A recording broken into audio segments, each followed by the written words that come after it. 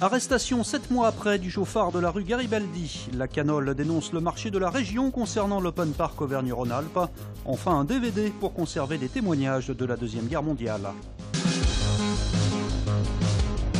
On est satisfait de voir que le travail qui a été effectué par la police pendant 7 mois a contribué à l'arrestation de l'assassin de ma fille. Le chauffard de la rue Garibaldi devant la justice. L'individu qui avait grillé un feu tuant une jeune lyonnaise de 28 ans en octobre dernier était présenté ce matin devant un juge d'instruction. Arrêté hier à son domicile suite à 7 mois d'enquête, le prévenu encourt jusqu'à 10 ans de prison. Alors ça va être évidemment l'homicide involontaire avec des circonstances aggravantes. Alors toutes celles que l'enquête permettra d'identifier, parce que quand on arrête quelqu'un 7 mois plus tard, il n'est pas forcément évident de démontrer qu'il se trouvait sous l'emprise d'un état alcoolique, qu'il avait pris des produits stupéfiants. En tout cas, il y a des circonstances aggravantes qui sont d'ores et déjà établies. Nous, ce qu'on demande maintenant, c'est que, je le rappelle, c'est que le projet de loi, le projet 4093, qui vise à transformer l'homicide involontaire en homicide volontaire, que ce projet soit à l'ordre du jour dès l'ouverture des débats à l'Assemblée en septembre. En attente de son procès, le prévenu a été incarcéré. Gros plan ce soir sur la 7e circonscription qui regroupe Bron, Vaux-en-Velin, Rieux et Sathonay, soit 120 000 habitants. Le député sortant Renaud Gauquelin a succédé à Hélène Geoffroy lorsqu'elle est entrée au gouvernement. Il aura notamment face à lui le maire de Rieux, Alexandre Vincendet. Depuis 3 ans, avec l'ensemble de l'équipe qui m'entoure à Rieux, nous avons mis en place un certain nombre de méthodes, un certain nombre de solutions qui ont permis en l'espace de 3 ans de faire baisser la délinquance, presque moins 16%. J'ai réussi à pouvoir aussi trouver de nouvelles solutions pour faire baisser le chômage et faire revenir le développement économique sur mon territoire. Et c'est pour ça que je me présente, parce que je veux pouvoir aider mes concitoyens. Moi, ma première motivation, c'est très clair. C'est celle que nous apportaient les habitants de la 7e circonscription, qui ont porté Jean-Luc Mélenchon et la France Insoumise, auquel j'appartiens, en tête des suffrages au premier tour de l'élection présidentielle. Est-ce qu'on peut rester indifférent à la situation actuelle, où on a un président de la République qui a convaincu un électeur sur 2 de son propre électorat, 1 sur 8 au niveau national?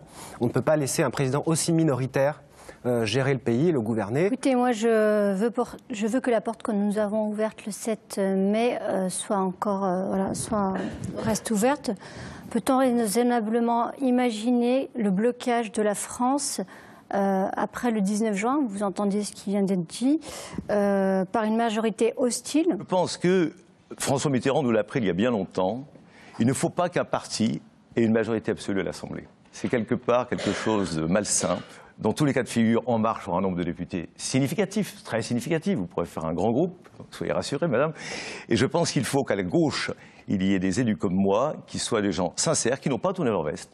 Une triangulaire, oui, tout à fait, c'est possible. Fort du score de Marine Le Pen au second tour de l'élection présidentielle, donc 30% sur la 7e circonscription, et fort de l'ensemble des 11 millions d'électeurs qui ont donné leur suffrage à Marine Le Pen, nous serons une opposition franche. Au total, 15 candidats se présentent sur la 7e circonscription. L'intégralité du débat est à suivre ce soir à 20 h sur TLM.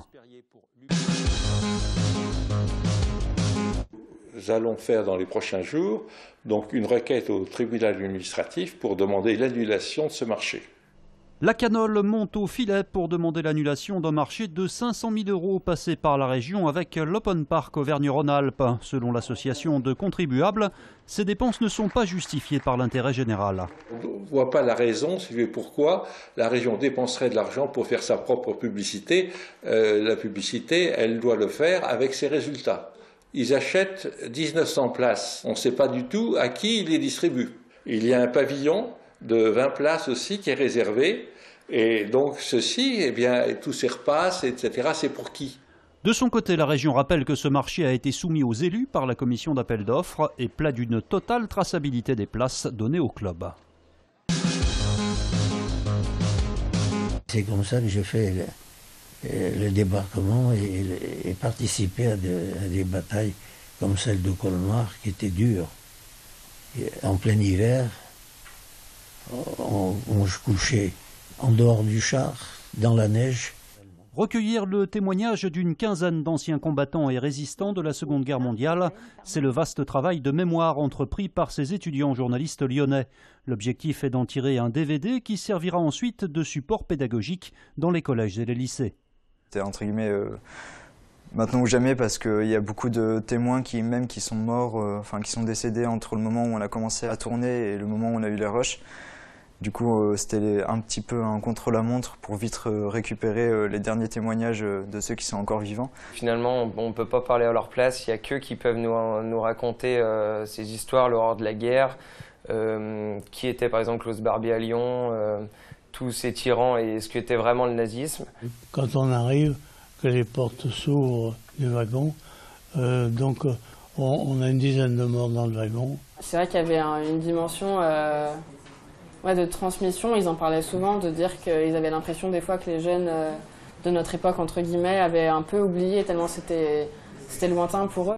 Une fois le montage terminé, le film devrait être présenté officiellement à la préfecture en septembre prochain.